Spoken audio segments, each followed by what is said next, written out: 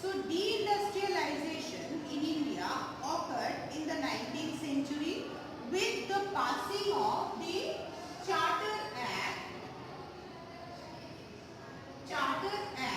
of 1830. Now what did this act say? It ended the monopoly.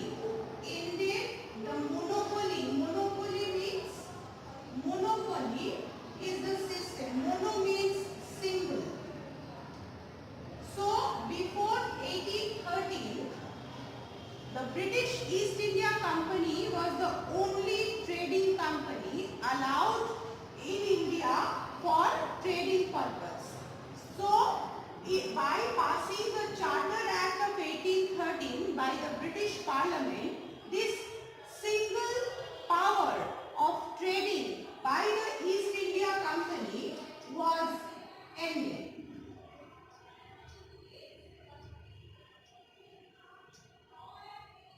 Monopoly in trade. In India.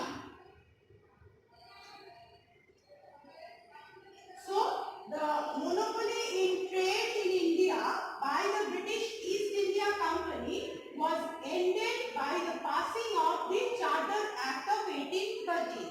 So now all the European trading companies were allowed to come to India and trade freely, which in turn destroyed the Indian indigenous industries, because it is seen that the Indians had to pay tax, because the British had passed different industrial acts or trading acts.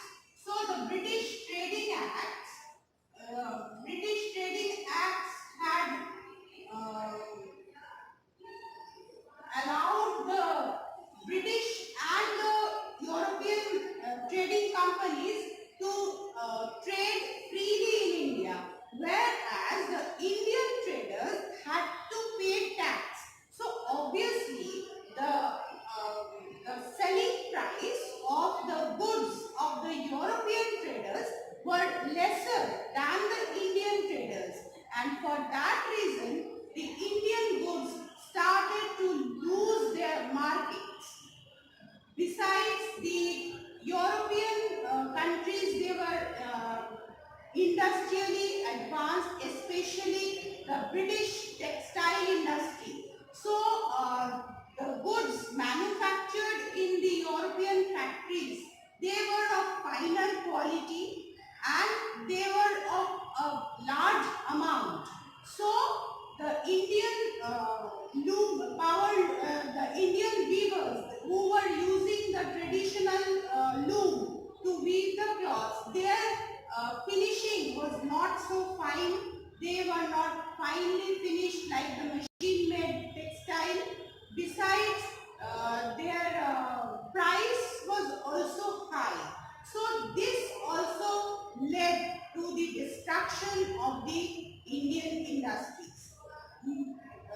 Apart from that, the many Indian native rulers who were the patrons of the Indian artisans, they used to purchase the high quality silk or the crafts produced by the Indian craftsmen.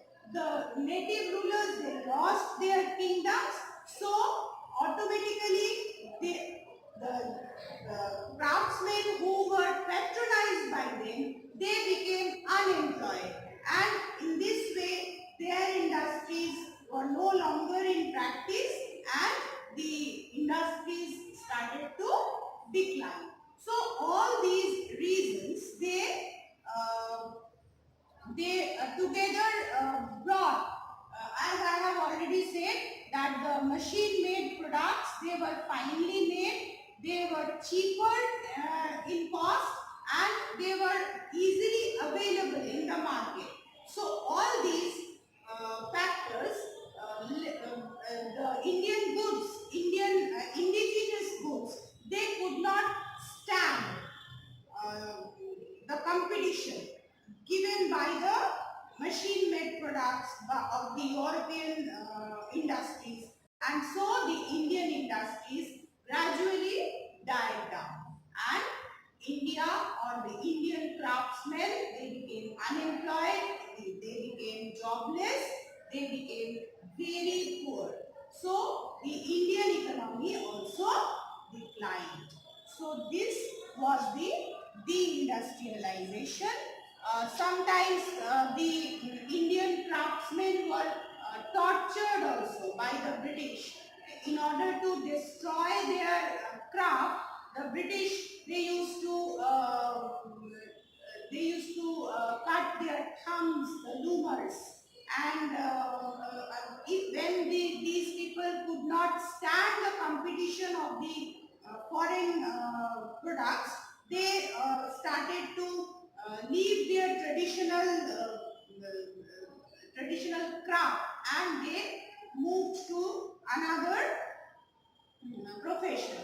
So the handicraft industry of India slowly declined, and India basically became the which India previously used to be the importer.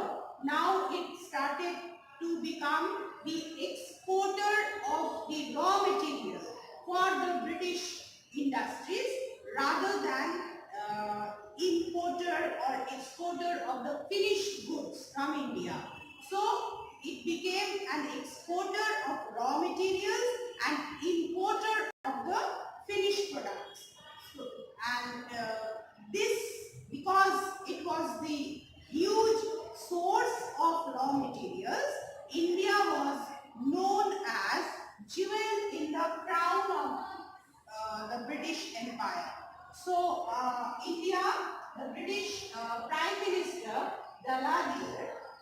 Disraeli, he called India as the jewel in the crown of the British Empire. Why? Because India had become the the largest source of the raw materials for the British industries. It was said by whom? It was said by British Prime Minister Disraeli, as India was turned into exporter of the raw material for the British